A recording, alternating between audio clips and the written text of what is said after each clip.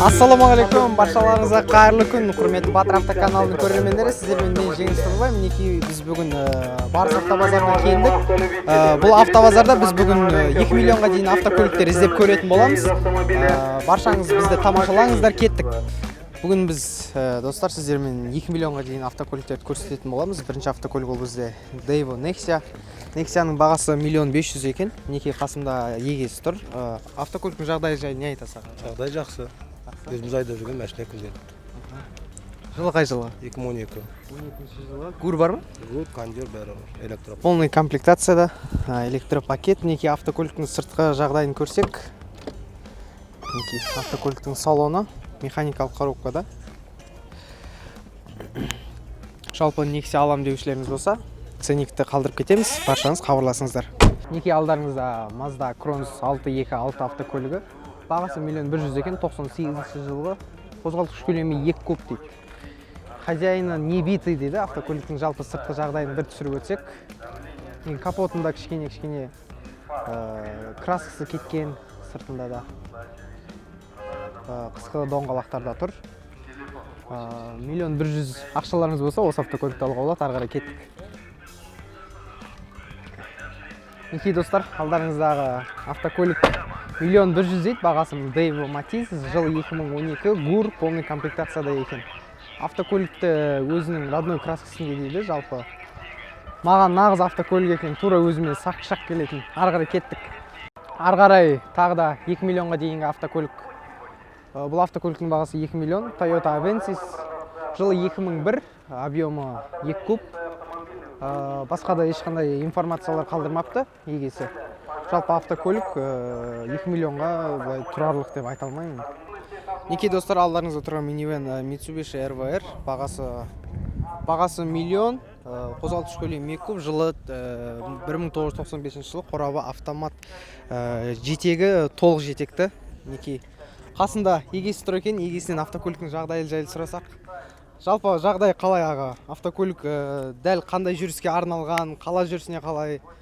Бұл көлік негізі қалада емес, ауылдық жерлерде охотаға соған арналған негізі. Полный привод қой. 2 объем. Қалада 10 жейді негізі.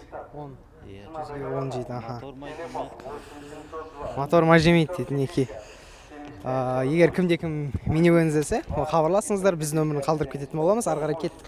Алдарыңызда тұрған Carina E, бағасы 1 350 000 екен. Қозғалтқыш көлемі 1.6, механика, жылы 1994 жылғы екен. Мінекей Каринаның жалпы жағдайы, мінекей мына крылосын. Жалпы автокөлік толықтай боялған, шпатлевка да бар кузовында. Жалпы сыртқы жағдайы дайындалған сатылымға. Ары қарай кеттік.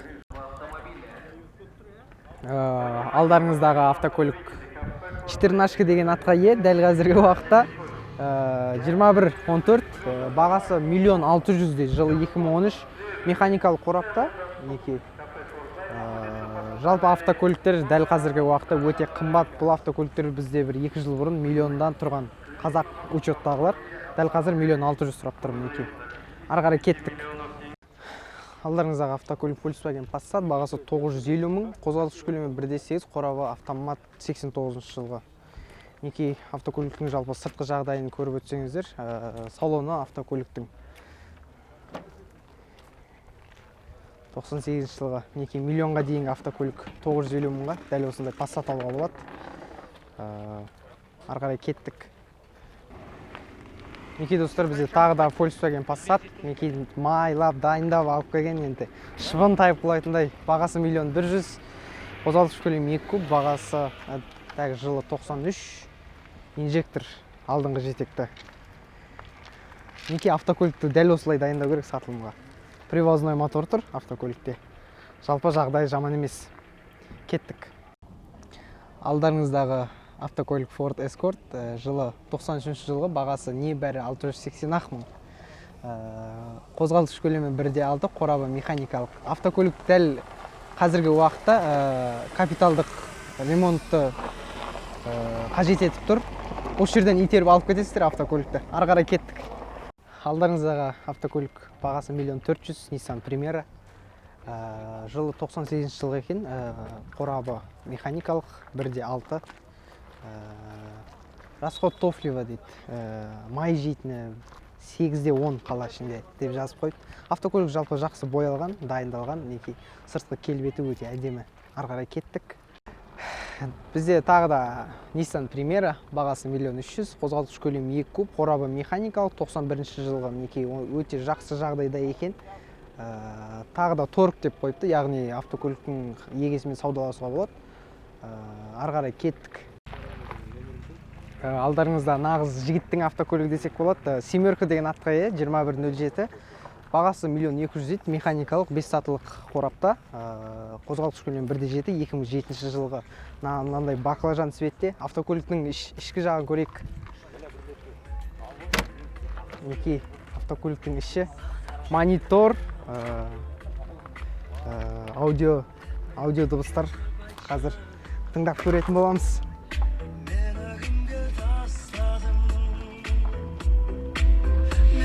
Нағыз жігіттің автокөлігі десек болады.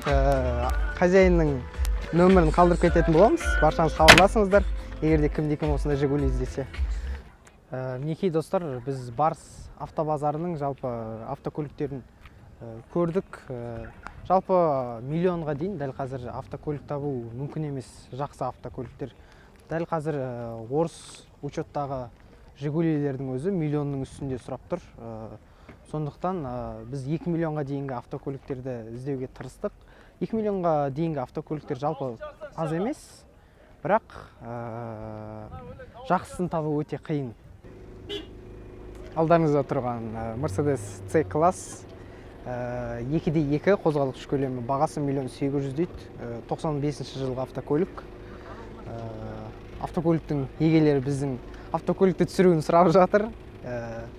Жалпы автокөлікте бұлай анау айтқан жағдайы бір керемет деп айта алмаймын, бірақ бұлай болады. Мінекей алдарыңызда BMW 520, бағасы 1 600 000, қорабы механикалық, қозғалтқыш көлемі 2 куб, жылы 90 жылғы, артқы жетекті автокөлік. Автокөліктің жалпы жағдайы жақсы екен. Өзінің жылындағы жолдастарына қарағанда автокөлік жағдайы айтарлықтай жақсы. Алдарыңызда тұрған автокөлік тағы да 2107, яғни семерка. Мынандай өте әдемі 16-лық дискаларда, бағасы 1 000 000. Автокөліктің бір қызығы орыс учетында тұр, яғни қазақ емес, орыс нөмірлерімен жүреді, яғни автокөлікті страховкамен Қазақстанда ары-бері қозғауға болады. 1.5 механикалық коробкада 5 сатылық.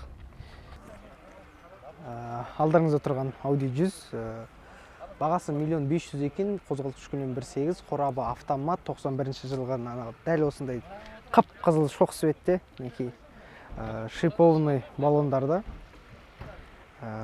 Нағыз қысқа дайындалған автокөлік десек те болады. Автокөліктің сыртқы келбеті өте жақсы, ешқандай ақаусыз боялып, дайындалып келген автокөлік. Алдарыңызда тұрған Mitsubishi Galant, бағасы 1 200 000 екен, келісеміз деп қойыпты. Қорабы механикалық, 1.8, 92 жылғы. Автокөлік алдыңғы жетекті. Жалпы жаман емес өзінің бағасына. Дәл қазір 1 200 000 автокөліктер табу қазақ учетта өте қиын. Алдарыңызда тұрған Nissan Zafira, мынандай необычный түсте деп айтсақ болады. 96 жылғы, бағасы 1 500 000, қозғалтқыш көлемі 2 куб. Нағыз әйелдерге арналған цвет деп айтсақ болады. Автокөлікте жалпы сол қыз-келіншектерге нағыз таптырмайтын автокөлік. Тағы да нағыз қыз-келіншектерге арналған автокөлік ол Daewoo Matiz, бағасы 1 400 000 екен, механикалық қорапта, қозғалтқыш көлемі 0.8, өте жанармайда аз қолданатын автокөлік. 14 жылғы автокөлік жалпы қала жүрісіне өте ыңғайлы. Алдарыңызда Шоха деген атқа ие 2106 Жигули, бағасы 950, 1.6 механикалық қорапта, 96 жылғы автокөлік. Автокөліктің салоны қып-қызыл шоқтай. Егер кімде-кім Жигули іздесе, нөмірін қалдырамыз. Ал біз ары қарай кеттік. Мінекей достар, біз бүгін Барыс автобазарының 2 миллионға дейінгі автокөліктерін шолу жасап кеттік. Жалпы менің түйген ойым 2 миллионға дейінгі жақсы автокөліктер өте қазіргі таңда аз.